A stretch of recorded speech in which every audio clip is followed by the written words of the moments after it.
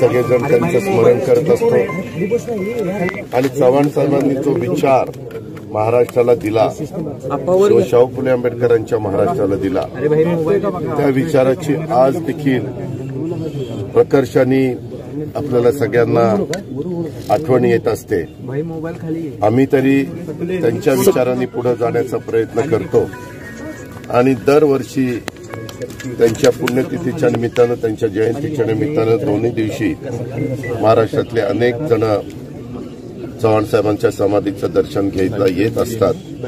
आज देखील मी राज्य सरकारच्या वतीनं, व्यक्तिशः माझ्या वतीनं, तसेच आमचे सहकारी मंत्री मकरंदाबा पाटील, अतुल बाबा भोसले, त्याच्यामध्ये सचिन पाटील फलटणचे आमदार आणि इकडं अमोल मिटकरी, असे आम्ही सगळेजण आज इथं दर्शन घेण्याच्या करता आलोय। एकंदरीतच मी तरी काम करत असताना सतत मी माझ्या डोळ्यासमोर सुसंस्कृत महाराष्ट्र कसा असला पाहिजे याबद्दलची शिकवण जी चव्हाण साहेबांनी दिली, त्या शिकवणीचं स्मरण सगळ्यांनी करून, अलीकडे बघा काही जण स्टेटमेंट करत असताना दोन्ही बाजूची लोक, मी काही एक बाजूला बोलत नाही, विरोधी पक्षाची असू द्यात किंवा सत्ताधारी पक्षाची काही जण असू द्यात, कधी कधी अशा प्रकारचं वक्तव्य करतात की जे आपल्या महाराष्ट्राला सहन होणारं नाही, आपल्या महाराष्ट्राला परवडणारं नाही। नेहमी महाराष्ट्रातल्या चव्हाण साहेब असतील किंवा त्याच्यानंतर ज्यांनी महाराष्ट्राचं नेतृत्व केले त्या सगळ्या मान्यवरांनी जातीय सलोखा ठेवण्याचा प्रयत्न केला। स्वतः युगपुरुष छत्रपती शिवाजी महाराजांनी देखील हिंदवी स्वराज्याची स्थापना करत असताना कधी जातीमध्ये भेद केला नाही, समाजामध्ये भेद केला नाही। त्यांनी सर्व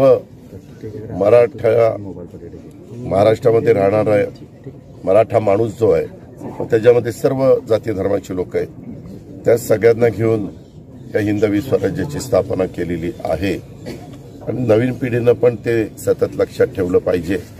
अलीकडच्या काळामध्ये छावा जो चित्रपट आला त्याच्यामध्ये देखील आपण आपल्या हिंदवी स्वराज्याचे दुसरे त्या ठिकाणी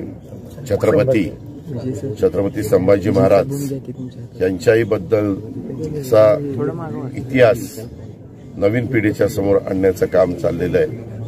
2 दिवसापूर्वीच मी अर्थसंकल्प सादर करत असताना आपण सगळ्यांनी पाहिलं की अर्थसंकल्पामध्ये देखील या सगळ्या ज्या काही बाबी आहेत त्या विचारात घेऊन आम्ही देवेंद्र फडणवीस, एकनाथराव शिंदे, आम्ही सगळ्यांनी मिळून हा अर्थसंकल्प मांडलेला आहे। आज पण त्याच्याबद्दलची बरीचशी चर्चा दोन्ही बाजूच्या सन्माननीय सदस्यांच्याकडून होणार आहे। त्याही करता मला अर्थमंत्री म्हणून तिथं हजर राहायचं म्हणून मी सकाळी थोडंसं लवकर येऊन इथं चव्हाण साहेबांच्या समाधीचं दर्शन घेण्याचा प्रयत्न केला। मला एवढंच सांगायचं आहे की जोपर्यंत मी राजकीय जीवनामध्ये तोपर्यंत चव्हाण साहेबांची विचारधारा मी कदापि सोडणार नाही किंवा ढळू देणार नाही।